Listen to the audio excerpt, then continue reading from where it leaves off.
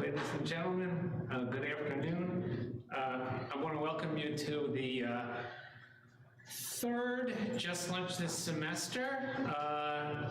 And before I introduce today's speaker, Professor Jacob Howland, I want to just say a couple of thank yous and note a couple of things that are going on.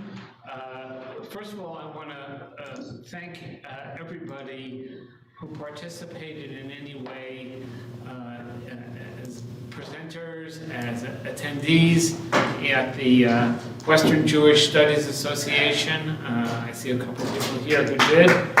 And a couple of people presented, a couple of people were there. It was really quite a great success. We had about 50 people in person and about 100 people remote, and it was a really wonderful way to showcase OU faculty and OU, basically our organizational abilities, and the Schusterman Center of Judaic and Israel Studies. A lot of our faculty gave papers, others organized panels. We had 4 graduate students presenting papers as well, which was really, they all did a great job, and it was really wonderful to see our young scholars do so well. So thank you everybody for that. We are doing this blended today as we did the conference. Just for those of you who don't remember, we started off this year trying exactly this when Barry Roseman and Carlos Hill gave a wonderful presentation on the Tulsa Race Massacre of 1921. At that time, we pretty much thought that people were voting with their feet because we had 60 or so people online and about 15 or 20 in present, so we decided to go remote for most of the year, but we're very glad to be back and to really be back face to face. So I want to thank everybody who stuck with us during the year. And coming up, we still have a couple of events at the end of this month. I think the 28th, we have Professor Maxim Goldenstein, who wrote a Holocaust memoir about his family's survival during the Holocaust in the Ukraine. He'll be speaking to us via Zoom. He teaches out in California, so he couldn't come in person, but he's coming to speak via Zoom. That's going to be on Holocaust Remembrance Day. I forget exactly if it's the 27th or 28th. 28th. And then in May, Tom Neeson, who's a water biologist here at the University of Oklahoma, is going to speak about recent innovations in Israel's water recycling and water maintenance programs. If you know anything about, really, I would say anything about that region and about Israel, you know that water use is a major issue and has been now for several decades and will continue to be for sure for the rest of this century. Israel's done some very innovative things, and Tom is going to talk about that. So, without further ado, it's a great pleasure and an honor to introduce somebody who's a friend and a colleague, someone who I admire greatly. Jacob Howland is the McFarland Professor of Philosophy Emeritus at the University of Tulsa. In 2021, he was Senior Fellow at the Tikva Fund. His research focuses on ancient Greek philosophy, history, epic, tragedy, the Hebrew Bible, the Talmud, Kierkegaard, literary and philosophical responses to the Holocaust and Soviet totalitarianism. His latest book, Glaucon's Fate, History, Myth, and Character in Plato's Republic, came out in 2018. His other books include, I'm not going to do his whole CV, we'd be here for the rest of his talk, but it includes Plato and the Talmud, Cambridge University Press, 2011, a wonderful book. And then the others that I haven't read, Kierkegaard and Socrates, The Paradox of Political Philosophy, The Republic, The Odyssey of Philosophy, and Also the editor of A Long Way Home, the Story of a Jewish Youth. His articles have appeared, well, they've appeared just about everywhere. So I'm not even going to go further on this theme, but let me say we're delighted that Professor Howland drove down from Tulsa today to be with us.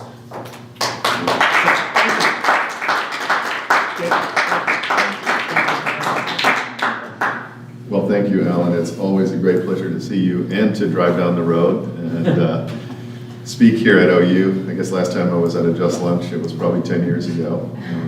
But also to get to see old friends, Luis and Scott, and to make new ones. So, excuse me, I'm going to talk for about 30 minutes, maybe a little bit less. And this is a work in progress. It's a somewhat desultory presentation. I taught the Iliad to a bunch of 20-something Krauthammer fellows for the Tikva Fund. I guess that ended maybe a month and a half ago. And I knew I would have something to say about the Iliad after I did that. And I'm extremely eager to hear what you have to say. So I guess I would call my talk today the Shield of David and the Shield of Achilles, and you'll see why. Armor looms large in the Iliad. That of Achilles is endowed with a strange and tragic fatality. Patroclus goes to his death in the great hero's armor, which Zeus had given to Achilles' father Peleus. Hector strips that armor from Patroclus' corpse and is wearing it when he is killed by Achilles, now sporting a shield, helmet, corselet, and greaves fashioned for him by the god Hephaestus. This new battle gear subsequently fails to save Achilles from the arrow that slays him. Later still, as the Odyssey relates, it indirectly causes the death of yet another warrior. Set as a prize for the best of the Achaeans, it is awarded to Odysseus. The more deserving Ajax then dies in shame, apparently by suicide. It is just as well that Odysseus loses the divine arms before he returns to confront the brash young nobles who have invaded his home in Ithaca.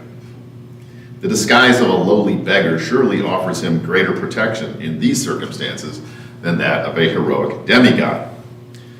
Zeus tells himself that Hector stripped Achilles' armor from Patroclus ou kata kosmon, indecorously. Noting that Hector will not live to return to Troy, he nevertheless, Homer says, fitted the armor on Hector's flesh, an action that suggests not just that Hector is smaller than Achilles, but that he is now snugly encased in his fate. Fagles goes overboard in translating ou kata kosmon as against all rights, for plundering a dead enemy's gear is common practice in the Iliad. Fitzgerald's without respect and Murray's in unseemly wise are closer to the mark. But the phrase literally means not according to cosmos, and Homer's heroes do strain against the cosmic or natural order, which decrees that man, most agonized according to Zeus of all that breathe and crawl across the earth, must die. We see this in Hector's longing for immortality, his obsession with glory, and his struggle against two contradictory fears: the fear of the stain of cowardice and the fear of death. We see it also in Achilles' furious battle with a river that he has polluted with a multitude of Trojan corpses. But the cosmos always prevails in the end. No armor can forever ward off death. These facts shed light on some dimensions of David's combat with the Philistine Goliath, whose people came from Kaftor, possibly Minoan Crete, in which case his origins are Hellenic. Goliath's proposal of a duel between champions in place of pitched battle between armies is a standard feature of epic culture. And as the Iliad's warriors are wont to do, he hurls insults at his enemies. Robert Alter notes the distinctly Homeric, that's his word, enumeration, unusual for the Hebrew Bible, of the Philistines' armor and weapons. Goliath was his name from Gath. His height was 6 cubits and a span. a bronze helmet he had on his head, and in armor of mail he was dressed. And the weight of the armor was 5,000 bronze shekels, and greaves of bronze were on his legs, and a spear of bronze between his shoulder blades. The shaft of his spear like a weaver's beam, and the blade of his spear 600 iron shekels. Goliath has a big name, but David is unknown even to Saul, who tells him to go, and may the Lord be with you. What does it mean that David refuses to wear Saul's armor? Saul, who seems to have been chosen by God to be king mostly because he was, quote, head and shoulders taller than all the people, end quote, is to that extent an Israelite Goliath. His armor surely doesn't fit David, but what we are told twice is that David was unable to walk in it because he was unused to it. He walks without armor, but with God, trusting that the Lord who has rescued me from the lion and the bear will rescue me from the hands of this Philistine. On one level, David's victory demonstrates the inadequacy of heavy battle gear and heroic physical strength in the face of a certain kind of spiritual power. But what exactly is that power? Was it God who rescued David? The question is complicated by the fact that David's victory over Goliath echoes Odysseus' blinding of the Cyclops, which he achieves by deploying his metis, or cunning intelligence. In both cases, a giant is defeated by a bold and clever nobody. David strikes the Philistine in the middle of his forehead, where the Cyclops' eye is located on some Greek vases. Later, in another Odyssean touch, the wily lad takes refuge from Saul among the Philistines and pretends to be a drooling madman. That said, as Rana Berger recently noted in a podcast on the book of Esther, we do not know what the ultimate first principles of reality are, and so are not in a position to determine when and where God might be active. The story of David and Goliath is not the only place in the Bible where God may be said to exercise agency in and through the confidence human beings have that he is acting or will act on their behalf.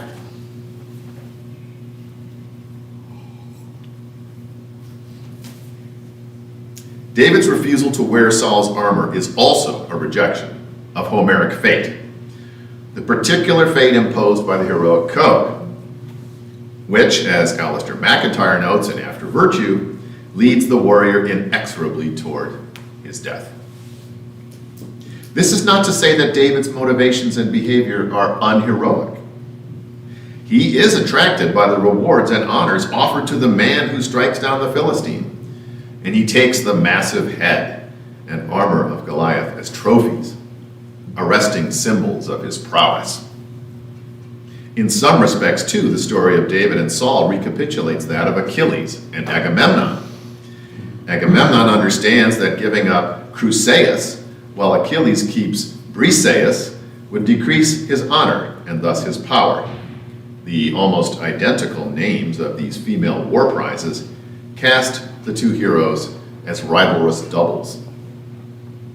Like Agamemnon, Saul is politically threatened by the fact that the people hold David in greater esteem than he. Like Agamemnon, Saul only makes things worse for himself in attempting to assert his dominance over his best warrior. He tries to use his daughter Michal as a snare, hoping that David will die in attempting to acquire the bride prize of 100 Philistine foreskins. But the failure of this scheme only increases David's renown. Agamemnon claims that when he took Briseis from Achilles, he was maddened, as he says, by destructive ruin, Ate, the eldest daughter of Zeus, which infatuates everyone. Saul, too, is repeatedly seized by an evil spirit of God and tries more than once to drive a spear through David. He does the same to his son Jonathan, an accomplished warrior in his own right, who loves David as Patroclus loves Achilles. But David is a bigger man than Achilles, not to mention Saul and Agamemnon. Achilles tells Agamemnon's ambassadors, who have come promising gifts if only he will return to battle, that the same honor waits for the coward and the brave. They both go down to death. This is an outright rejection of the heroic code. Yet, Achilles is ultimately mastered by that code, by his keen sense of dishonor, his indignation at being publicly humiliated, and his longing for revenge. Far from shedding his armor for good, he ends up, as we have seen, with an extra set. He remains in Troy just to see Agamemnon humiliated in turn, as Zeus had promised he would be in his absence from combat. This is not the way of David, who by Saul's own admission requites the king's evil with good. Instead of killing Saul when he had the chance, David is smitten with remorse, simply because he had cut off the skirt of the cloak that was Saul's. For the king was, after all, the Lord's anointed. David's trust in God and religious awe free him from the shame, vengefulness, and paranoia that trap less capacious and confident souls. As he says in 2 Samuel, God is his shield. He acquired that shield in the same way Abraham did at Moriah and Jacob at the Yabok, by stripping himself of protections, renouncing all evasions, and bearing his soul before the Lord. This is the peculiar and endearing boldness of the Israelite hero. In a larger sense, the Bible itself is God's shield, extending its protections not just to the Jews, bound to God by covenant, but to an entire civilization.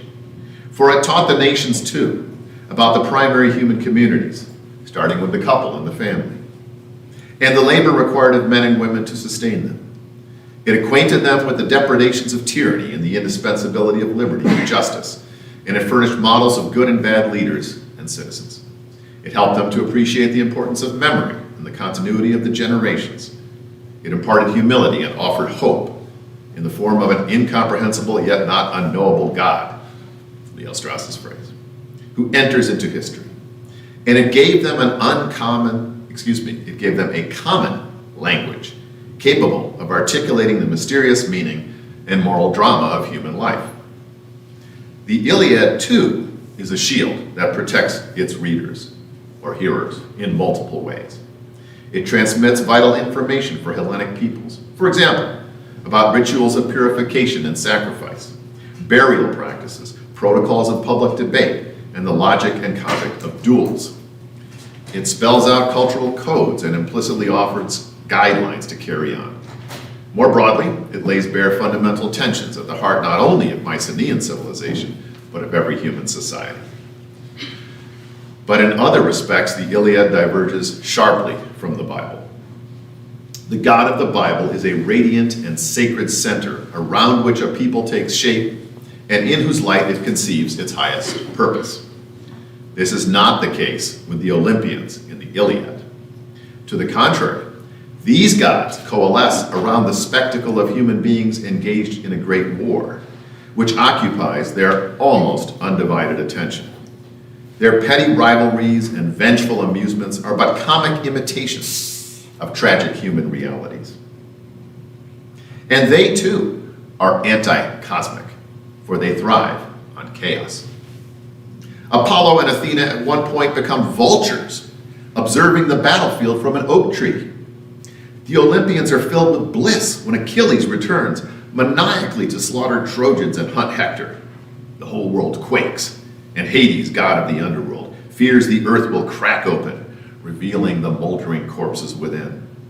Nourished by bloodshed and human suffering, these parasitic gods seem to grow bigger. When Athena lays out Ares with a stone, he stretches 7 pelathra, 700 feet. The Olympians are said to dine on ambrosia. The Greek word ambrosia means immortal stuff. But Homer reveals a secret. We mortals are the food of the gods.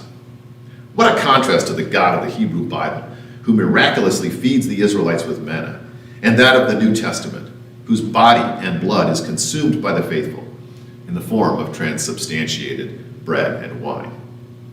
In fact, the Olympians come second even among the immortals. The most powerful deity in the Iliad is neither heavenly nor chthonic, but a sea goddess, Thetis, mother of Achilles, and daughter of Proteus, the old man of the sea, from Protewe, to be first. Thetis is as nurturing as the Olympians are predatory. Zeus married her off against her will to Peleus because an oracle declared that if she wedded an immortal, their son would overthrow him. But the involuntary wife gladly extends motherly protections to the immortals. Achilles is not the only evidence of her potency, for she saved Zeus when rebellious Olympians put him in chains and cradled the terrified Dionysus at her kolpos, her breast or lap, when he fled from an attack of Heracles. Hephaestus says that Thetis and her companion Eurynome, daughter of Ocean's stream, did the same for him, nurturing him in secret for 9 years after his mother Hera, who, he says, wanted to hide me because I was a cripple, threw him from heaven. It was there that he learned his craft, forging bronze and making elegant brooches, whorled pins, necklaces, chokers, and chains for his hosts. Thetos, by the way, means adopted, while Eurynome's name is broad nomos, law and custom, the foundations of civic amity and peace. The relative marginality of the Olympians in the Iliad compared to the God of the Bible is indirectly suggested in the following way. Numbers chapter 2 informs us that the Israelites marched in a square and lists the positions of the tribes on each side and their numbers. The Levites guard the tent of meeting in the middle of the square. The Iliad similarly catalogs the contingents that make up the Achaean force, their origins, leaders, and the number of ships in each. In the center of the catalog of ships, 15th in a list of 29, is Odysseus and his company of Cephallenians. One need not be a Straussian to perceive that this fact is significant. Homer indicates that the Achaean ships are stacked in rows stretching inland from the water, so that the contingents on the end of the line form the sides of a square, and Odysseus dwells at the square's physical and political center. His ship is safely moored mid-line so a shout could reach both wings. That way, Achilles and Ajax, who, trusting to their power and battle strength, beached their ships at opposite ends, will hear commands or alarms issued by the Achaean leaders. For the middle ground around Odysseus is where authority and power reside. It is the place, Homer says, where the Argives met and handed down their laws, where they built the altars to their gods, and where Agamemnon, who holds the royal scepter of Zeus, makes his camp. Homer makes it clear in the Iliad that Odysseus is squarely in the middle of the action as well. Before the war, he accompanied Menelaus to Troy to seek Helen's return, and later went to Phthia to recruit Achilles and Patroclus for Agamemnon's expedition. When Apollo compels Agamemnon to return Chryseis to her father, it is Odysseus who captains the ship. When the troops are on the verge of fleeing from Troy, it is Odysseus who holds them back and who quells an incipient rebellion by beating Thersites with Agamemnon's studded scepter. When Agamemnon tries to make peace with Achilles, it is Odysseus who leads the embassy to him. When Diomedes undertakes a daring night raid, Odysseus accompanies him. And we learn in the Odyssey that it was Odysseus who led the Achaeans when they infiltrated Troy in the belly of the wooden horse. In the Homeric epics, there is no transcendent being to which human life may be ordered. No revealed way of life that commands total devotion. No God that is worthy of unconditional love. Whatever else the centrality of Odysseus might mean, it suggests that he exemplifies the best human beings can do in the absence of anything like the God of the Bible. Odysseus responds to this situation with a kind of ironic detachment.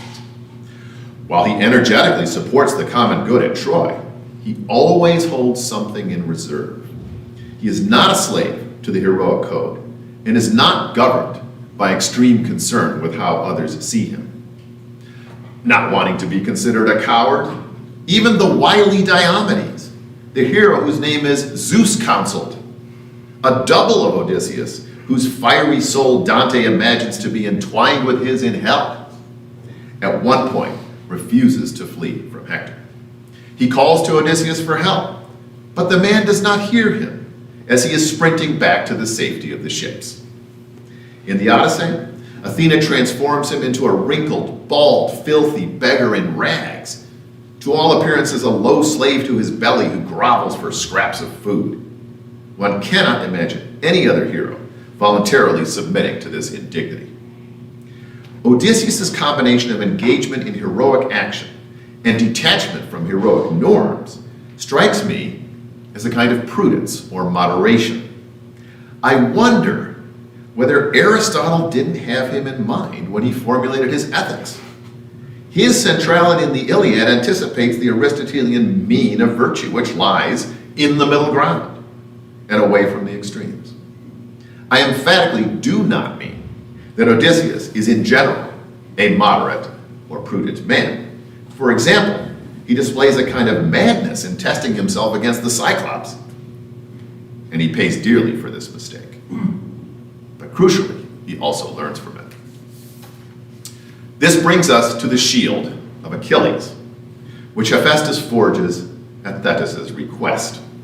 The shield's magnificent surface is a microcosm that includes the earth, sky, sun, moon, and the constellations. The great might of the river ocean, Homer writes, runs around its outer rim. It is also a poem in hammered metal that somehow flows with unfolding action, including ambushes and counterattacks by the defenders of a city, like Troy, and an army of invaders, like the Achaeans. Mostly, however, Hephaestus depicts everyday activities and delights, brides being led forth in their wedding gowns, people singing and feasting and streaming into the marketplace to watch judges hear a dispute, plowmen turning rich earth and pausing for a drink of honeyed wine, a king rejoicing as laborers harvest ripe grain, girls and boys picking grapes and dancing, a lion attacking cattle. Achilles' shield is a counterpoint to the Iliad as a whole. While the Iliad is an almost unremitting record of violence, death, and suffering, the shield celebrates the good fruits of peace, of which God, too, repeatedly reminds the Israelites, the benefits of political order, including the enjoyment of nature's bounty, the goodness of work, and the pleasures of leisure. The tableau thus includes no heroes and only two gods, Ares and Athena, enemies in the Iliad, but here allies, who lead the besieged city's soldiers into battle. In Hephaestus' depiction, however, they are curiously flat and wooden, resembling totems rather than living deities. Indeed, Homer writes that they were like gods.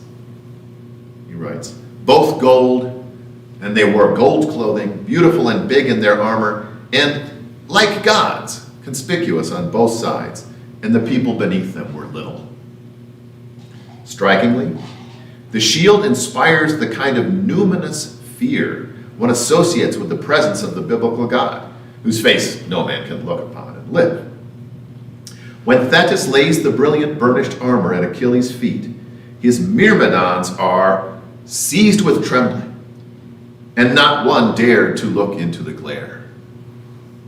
This fact sheds light on the last moments of Hector, who finally succumbs to the contradictions of the civilization he helps to uphold. At first, Hector flees in terror from Achilles, but Athena finally gets him to stop and face his pursuer. She does so by taking the form and voice of his brother, Deiphobos, whose name is Fear of God. Come, let us stand firm and together ward him off, she tells him. But when Hector calls for a spear, his brother has vanished.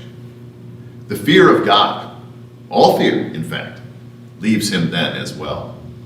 Now I meet my doom, he cries. Let me not die. Let me die, not without glory, without a struggle. He charges Achilles, and Achilles, quote, his beautiful and well-wrought shield covering his chest, end quote, rushes forward and spears him through the neck. At the point of death, in a moment of tragic recognition, Hector sees the image of the cosmos, from which the Myrmidons had averted their eyes.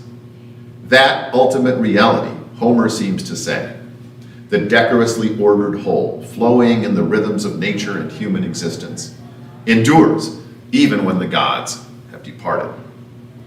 It is tempting, and I think legitimate, to see Hephaestus, who is as central to but detached from the community of gods as Odysseus is in that of human beings, as a reflection of Homer, and in particular of his character as an artist and the human meaning of his art. For Hephaestus stands to the shield, which is a kind of poem, as Homer stands to the Iliad, which is a kind of shield. Burly, sweaty, grimy with soot, and lame, Hephaestus, moving swiftly on his spindly legs, is endearingly portrayed as a defective god of great humanity. Thetis comes to Hephaestus in anguish, weeping for Achilles' grief at the loss of Patroclus, and from her own sorrow at her son's imminent death.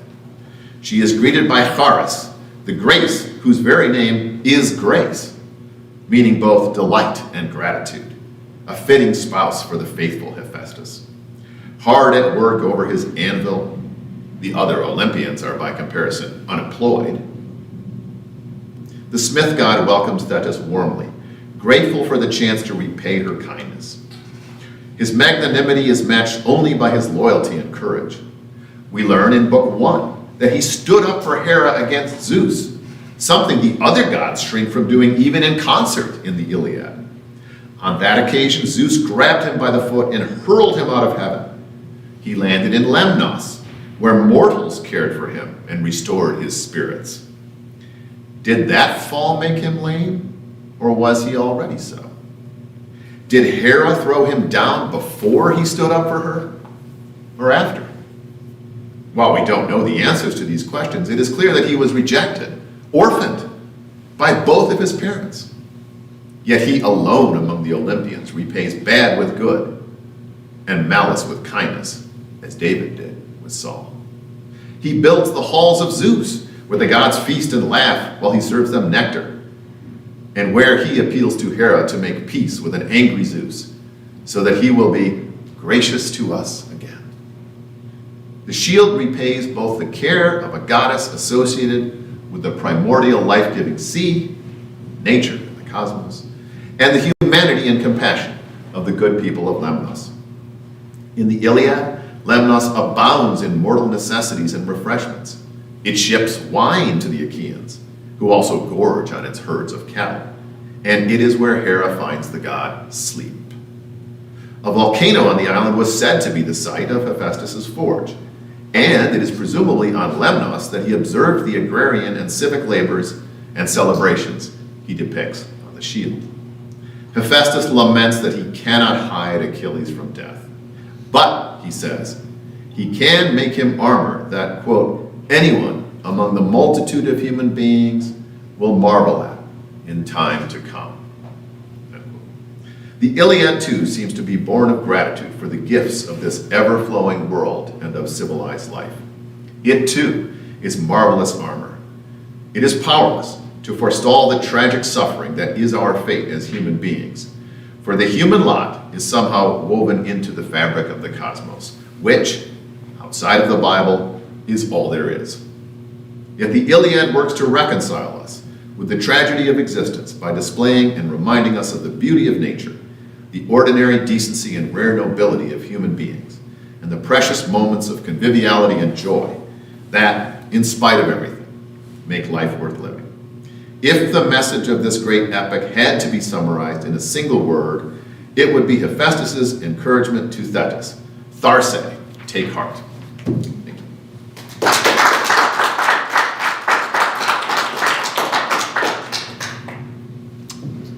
Yeah. I've got a question about David, and it's about David as a hero. And I'm not on my depth here. I assure you that I am too. But I'm relying almost entirely on my recollection of Alter's footnotes.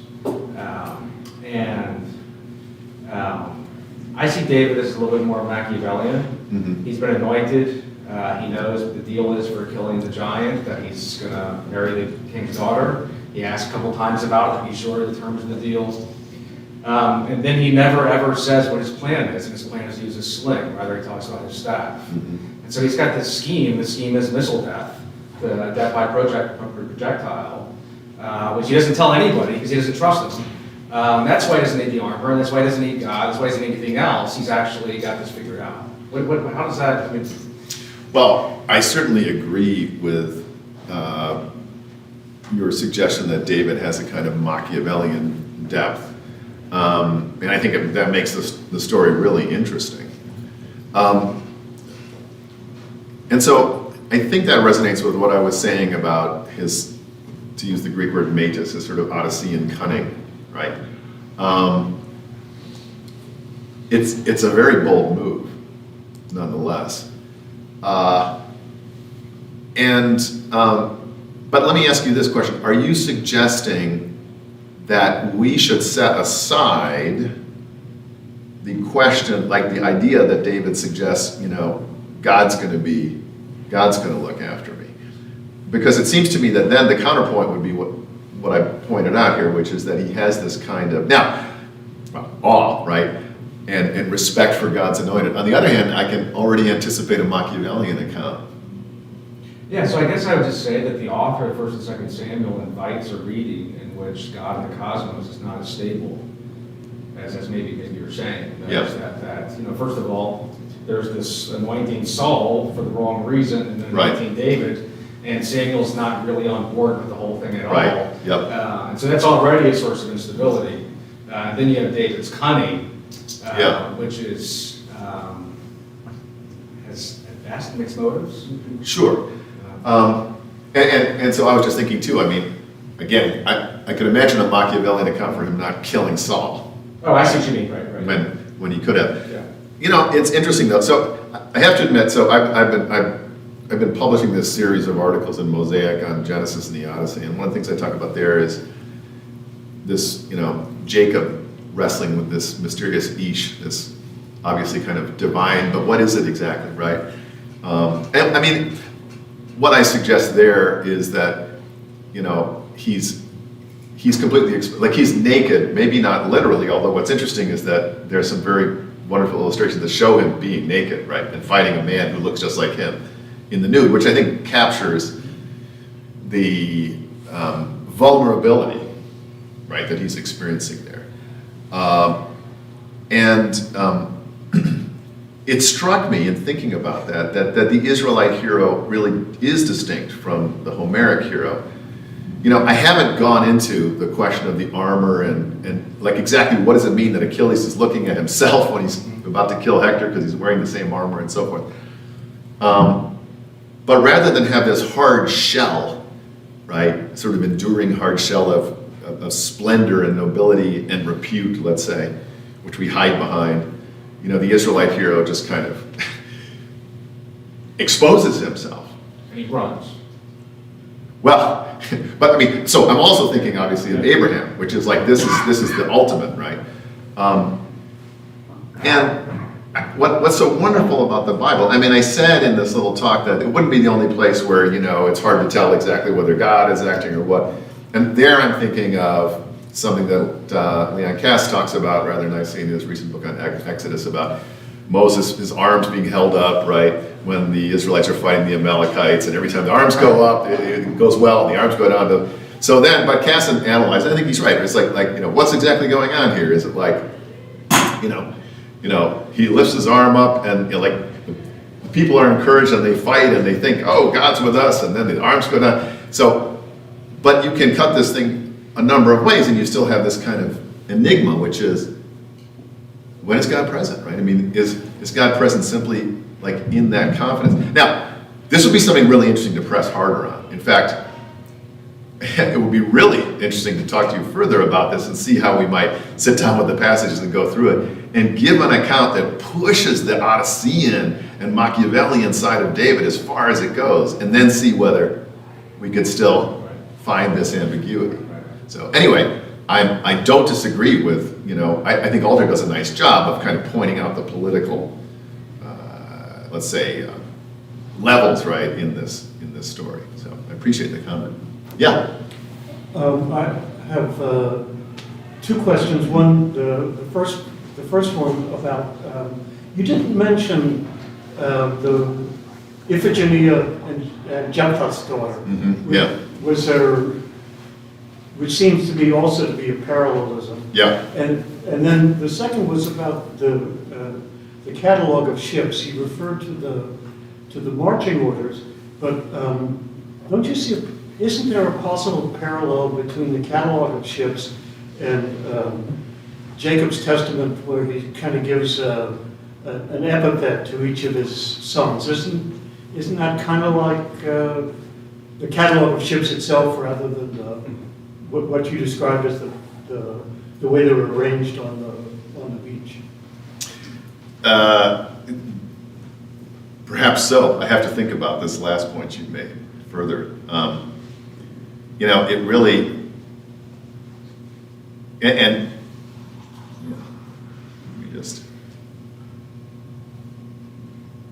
I don't want any of these ideas to disappear.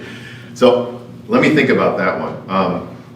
Iphigenia and Jephthah, I think that's a great parallel. And incidentally, there are many sort of different parallels that one can pull out.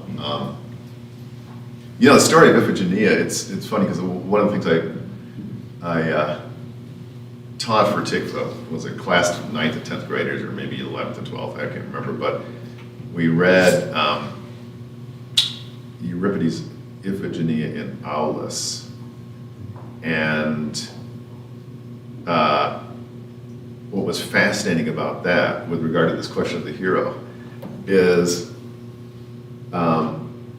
so Agamemnon's going to sacrifice Iphigenia, but he hasn't told anybody, he hasn't told her, but he sent this message home saying, come, you're going to marry, you know, you're going to marry, come to Aulis and you'll get married to Achilles, I guess. I can't remember exactly who was supposed to be married, but in any case, Achilles finds out about this, and he's like, this is horrible, and you're going to sacrifice the girl. Agamemnon and Menelaus would go back and forth, you know, is it good or bad to do this, and so forth. And anyway, Achilles says, I'm going to stop this.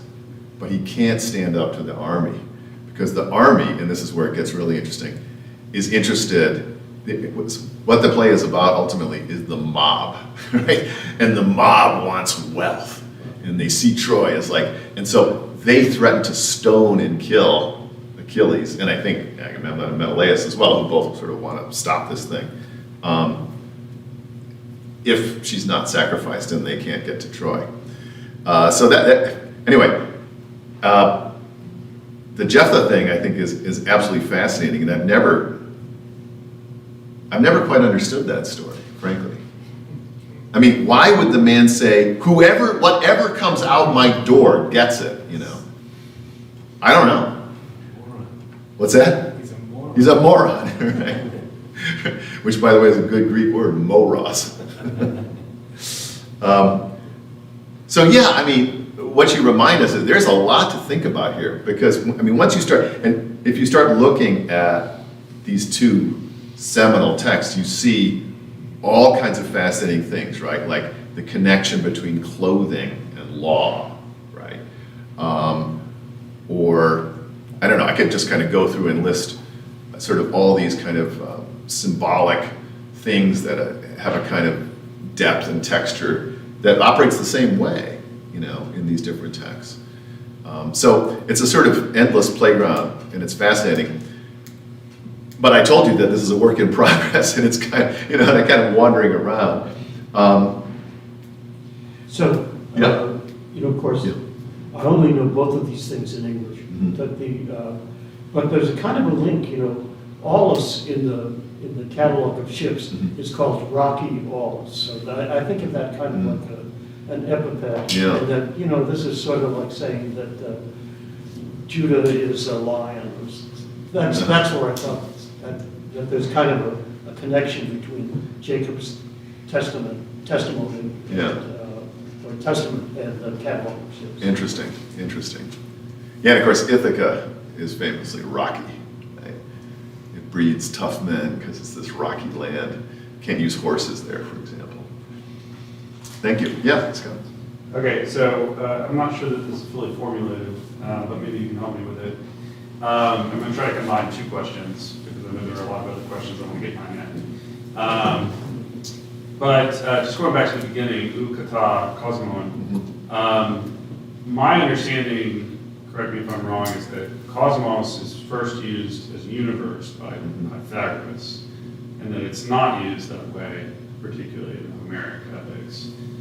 But it certainly means decoration, Yes. embellishment, order, whatever. But you do have the ekphrasis of the shield, which then becomes, which is a symbol of order and Yes. cosmos. Right. And it becomes, of course, the definitive image of ekphrasis and the definitive mode of ekphrasis for all of classical literature. And then you said a few things like the Bible is God's shield, the Iliad is also a shield, and that the Bible provides a sort of models in memory, symbol of the natural order, and that there's no revealed order in the Iliad, but then you do go back to this idea that the shield is itself a kind of revelation of order. Anyway, so that's one part of this. But the thing that kind of struck me that turned my question in a way is your really interesting reminder that there is a numinous quality to the shield that inspires fear. Yeah. And it made me think of what I think of as like the quintessential comparison of Greek and Hebrew narrative, which is Eric Auerbach's Mimesis. And there, when he focuses on the Akedah, there is, it's been a while since I've read it, but like the one thing that sticks in my mind is this, I think the phrase is like, the Genesis 22 is fraught with background that is unrevealed. Yes. And Kierkegaard, of course, there's horror, right, about Genesis 22. So this play between order, revealed order, and unrevealed horror, and death and warfare and blood guilt. These things are sort of in my head, and like I said, I'm not able to formulate this as a responsible citizen of this seminar as a question, but I do want to throw out some of these things that sort of hit me as you were in this extremely stimulating paper. I would say the same about your observations. I think this is really interesting. I didn't know that cosmos is first used by Pythagoras in this sense. Was it like Kirk and Raven or something like this? I mean, I don't know where that. I mean, I can look it up. It doesn't matter. I think it's in LSJ, but Okay. you know, you could also look at etymological. I I mean, obviously they're right, related. And right. The motif might be there or is Yeah, there. yeah. But- So actually, I have to say one of the things I thought of mentioning doesn't really. So the shield of Hephaestus reminds me of the passage in Plato's Sophist, where the Eleatic stranger says, Homer is the first of the motion men, right? Like everything flows. And he attributes that doctrine to him. And I think there's, this offers a kind of evidence. And it's interesting because the river ocean, right? Because it's understood as a stream, it encircles everything, which sort of it's a circle, so it's a closed thing. There is a sense of a unit verse, if you like. The flow goes around it, which means that everything is within that flow. So there's a kind of, now the Auerbach, it's really good that you reminded me of that, and of course it's an extremely interesting connection. It also reminds me of something else. There is another sort of thoroughly described shield in the Iliad, and that is Agamemnon's shield. And in the center of Agamemnon's shield, because he actually talks about, and it's like, these shields are gorgeous, okay? Agamemnon has a glorious shield, but in the center of his shield is a much more typical thing, a gorgon, right? It's like this awe-inspiring, scary thing. Now, I don't know exactly what to make because I haven't thought about it enough, right? But so we have these two shields. mean, one thing that occurred to me is, Hephaestus could have produced that kind of shield. Like that would be sort of in line, also with his experience, right? I mean, you mentioned Kierkegaard, right? So in Fear and Trembling, the whole thing is like, what do you do? Like, we're just orphans in the universe, right? I mean, Hephaestus is orphaned. I mean, the face that the universe, that the gods have shown him is more like a Gorgon, right, than it is like a gorgeous cosmos. So, yeah, I think it's really interesting, and it is really quite striking. And so, I mean, why are they afraid to look at this thing? But I do think, like, one of the better parts of what I have to say, from my perspective, is this question, what exactly is going on when Hector's looking at this thing after the fear of God departs, and there it is, right? It's like that's the last thing he sees, I don't know. By the way, Achilles has no problem looking at the shield. Like, Thetis puts it down, and the Myrmidons are like, and these Myrmidons, by the way, they're badasses, right? Like, that's what they're like a Delta Force or something like this. These guys are serious. But they can't even look at the shield, right? But Achilles just inspects it, and then he gets really angry. He's angry already. So, anyway, thank you for those comments. They were really terrific. Yeah, Alan. First of all, thank you so much. A great talk. I haven't read the Iliad since high school, so I can't enter into the details like my colleagues.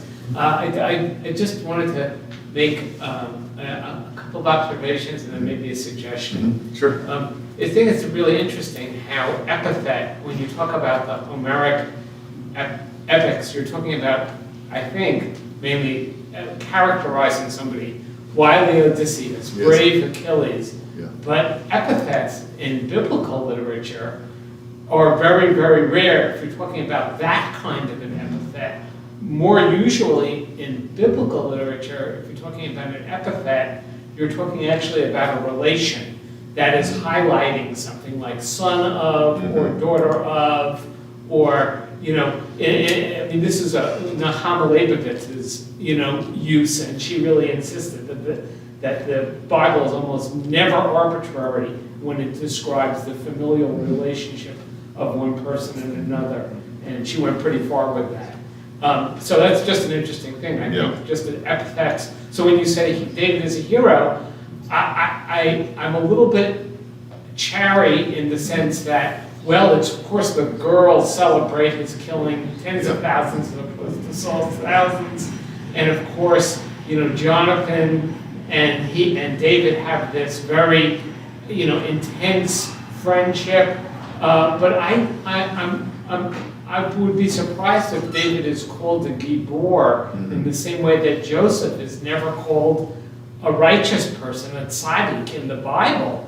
He's called that by the rabbinic tradition. So it's sort of like a little caution maybe about epithets, using Greek epithets for biblical characters. Yeah, right. But my real question has to do with something you talked about at the very beginning of the paper, the sexual competition, and you're bringing in the Greek side of it had alerted me to something I don't think I ever thought about, which is how much Saul and David, their rivalry also involves a sexual kind of rivalry.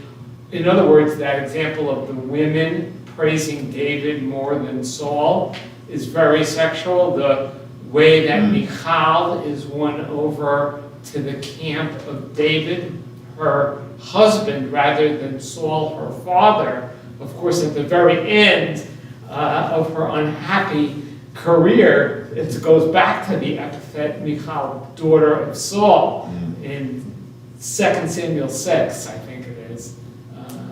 And then, of course, the Philistine foreskins, there's no way I think you can ever detach foreskins from sexuality. Yeah. I mean, you don't have to be a Freudian to make that connection. So I think the fact that Saul asked for 100 foreskins and then David presents him with 200 foreskins, I guess I had never before thought of the sexual one-upsmanship in this conflict before. Yeah, so Now, okay, so with regard to your first point, of course, so David is a kind of anti-hero.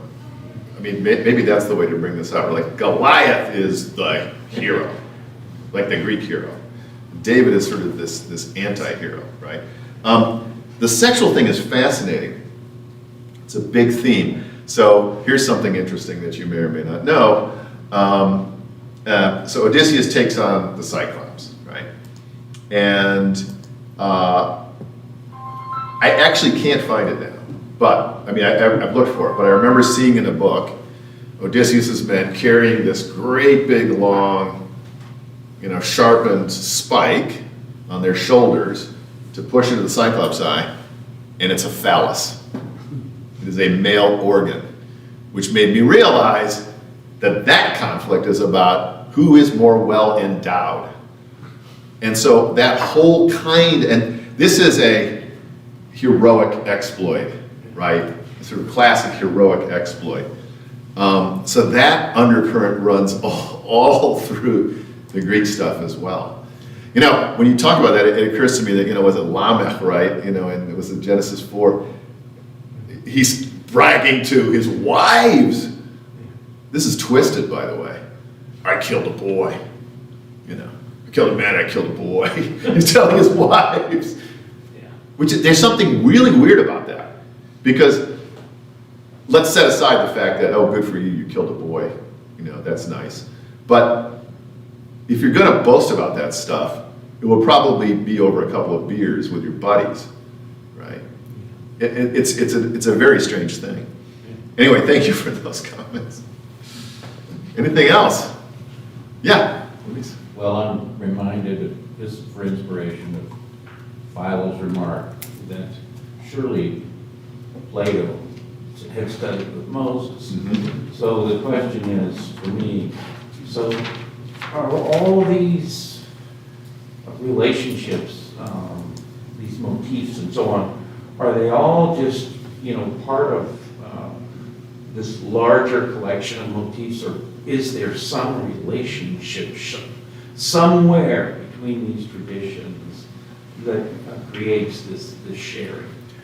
It's a great question. I mean, it's always seemed to me that, the Mediterranean basin and the Near East is just this sea of, tropes and mythical, little stories and tales and lore and so I don't think I wish we were able to figure out what these connections are, but it seems to me like everyone's drawing on the same stuff. And it gets really interesting. I'll conclude with this.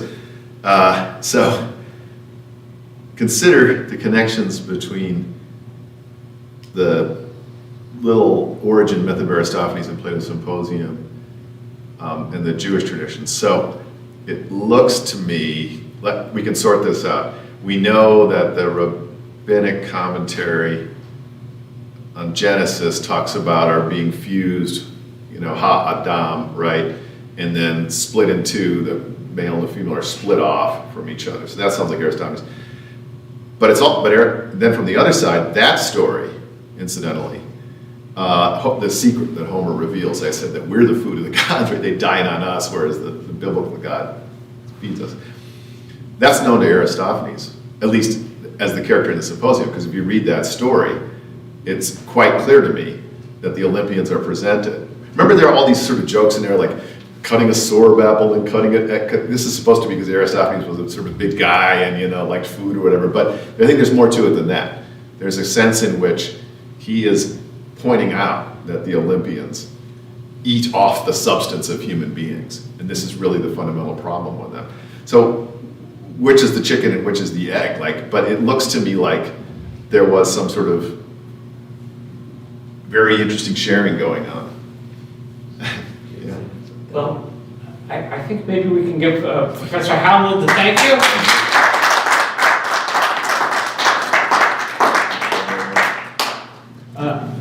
Let me just remind everybody that on Holocaust Remembrance Day, Maxim Goldenstein is speaking via Zoom from California, and that next month, Tom Neeson from OU Water Biology is going to come present our Just Lunch. We're going to do it live as well as on Zoom. And thank you very much for coming.